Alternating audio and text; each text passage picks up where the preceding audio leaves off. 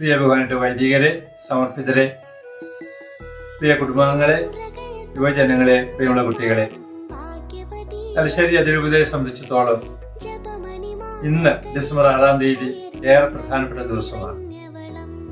നമ്മുടെ രൂപതയിലെ എടൂർ, ആലക്കോട് പുറങ്ങളിൽ നിന്നുള്ള ദൈവജനം ചെമ്പേരി മാതാവിന്റെ സന്നിധിയിലേക്ക് തീർത്ഥാടനം നടത്തുന്ന ദിവസമാണ്. ഈ തീർത്ഥാടനത്തിൽ പങ്കെടുക്കുവാനായിട്ട് ആയിരങ്ങൾ തയ്യാറാകുന്നു എന്നുള്ളത് ഏറെ സന്തോഷകരമായ കാര്യമാണ്. മറ്റു പുറങ്ങളിൽ നിന്നുള്ള ആളുകളും ഈ തീർത്ഥാടനത്തിൽ ഇവരോടുകൂടി പങ്കുചേരും. അഭിമന്യ പാംബ്ലാൻ പിതാവിന്റെ നേതൃത്വത്തിൽ നടക്കുന്ന ഈ തീർത്ഥാടനത്തിൽ നമുക്ക് എല്ലാവർക്കും പങ്കുചേരാം. നമ്മുടെ ജീവിതത്തിലെ ത്യാഗങ്ങളും പ്രയാസങ്ങളും ക്ലേശങ്ങളും എല്ലാം പരിശുദ്ധ അമ്മയോട് ചേർന്ന് നമുക്ക് സമർപ്പിക്കാം.